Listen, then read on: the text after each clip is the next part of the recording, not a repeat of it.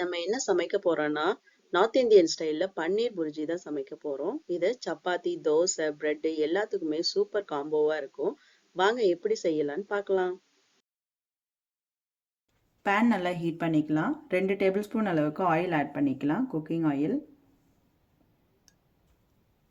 கொஞ்சமாக butter add பண்ணலாம். நல்லா மெல்ட் ஆகட்டும். மெல்ட் ஆகிட்டே இருக்குது. ஒரு பக்கம் கொஞ்சமாக ஜீரகம் ஆட் பண்ணிக்கலாம், 1 டேபிள் ஸ்பூன் அளவுக்கு.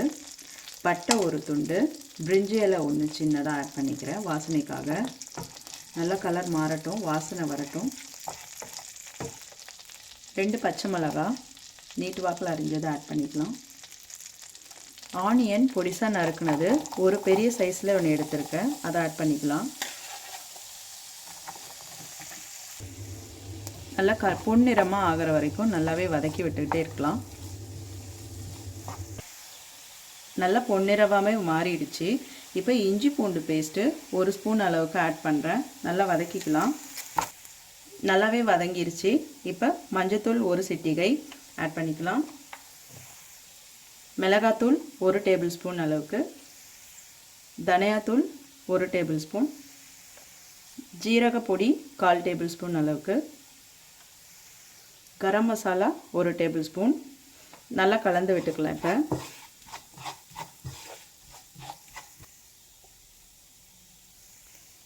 ரெண்டு தக்காளி பொடிசாக நறுக்குனதை ஆட் பண்ணிக்கலாம். நல்லாவே வதக்கி விட்டுக்கலாம். இப்போ கல்லுப்பு ஆட் பண்ணிக்கலாம். நம்ம இதுக்கு முன்னையே வெங்காயத்து கூட ஆட் பண்ணோன்னா ரொம்பவே வெங்காயம் கரிச்சாப்பில் இருக்கும், உப்பு கரிச்சாப்பில். அதனால் இந்த டைமில் நம்ம ஆட் பண்ணிட்டோன்னா தக்காளியும் நல்லா கொல கொலன்னு வேகும், நல்லா வெந்து வரும். நல்லாவே வதங்கிருச்சு. இப்போ தக்காளி நான் 1 டேபிள் ஸ்பூன் அளவுக்கு கெட்டியான தயிர் ஆட் பண்ணுறேன். நல்லா கலந்து விட்டுக்கலாம்.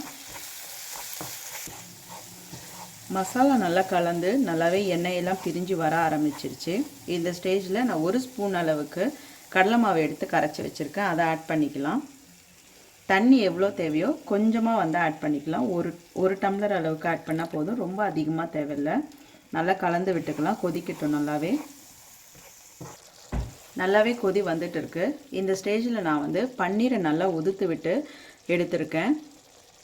பன்னீர் கிரேவி பண்ணுவோம் இல்லைங்களா, அந்த பன்னீர் தான் இது. கட்டியாக இருக்க பன்னீரை நல்லாவே உதுத்து விட்டுருக்கேன் இந்த மாதிரி. இப்போ இது 1 பவுல் அளவுக்கு நான் ஆட் பண்ணிக்கிறேன். இதில் நல்லா கலந்து விட்டுக்கலாம். நல்லா மீடியம் ஃப்ளேமில் வச்சு ஃபுல்லாக நல்லா மிக்ஸ் பண்ணி விடுங்க. அப்போ தான் இந்த மசாலா எல்லாம் நமக்கு மிக்ஸ் ஆகும் நல்லாவே.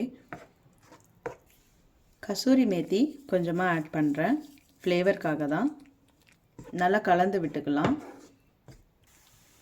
இப்போ நல்லாவே குக் ஆகிடுச்சு. கடைசியாக கொத்தமல்லியை பொடிசாக நறுக்கி வச்சுருக்கேன், அதையும் ஆட் பண்ணி இதை எடுத்து சர்வ் பண்ணிக்கலாம். பாருங்கள், சூப்பரான பன்னீர் புர்ஜியா நார்த் இந்தியன் ஸ்டைலில் ரெடி ஆகிடுச்சு. இதை நீங்களும் வீட்டில் ட்ரை பண்ணி பாருங்கள். இது சப்பாத்தி, தோசை எல்லாத்துக்குமே சூப்பராக இருக்கும். ப்ரெட்டுக்கும் ரொம்பவே சூப்பராக இருக்கும். நம்ம இந்த மாதிரி ட்ரை பண்ணி பார்த்துட்டு எப்படி இருக்குன்னு கமெண்ட்டில் சொல்லுங்கள்.